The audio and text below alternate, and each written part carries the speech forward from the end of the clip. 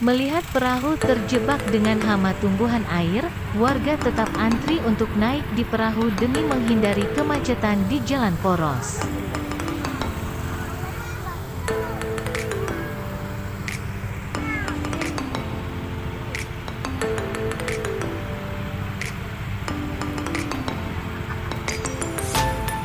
Tumbuhan air ini menghambat jalannya perahu sehingga lambat tiba di dermaga.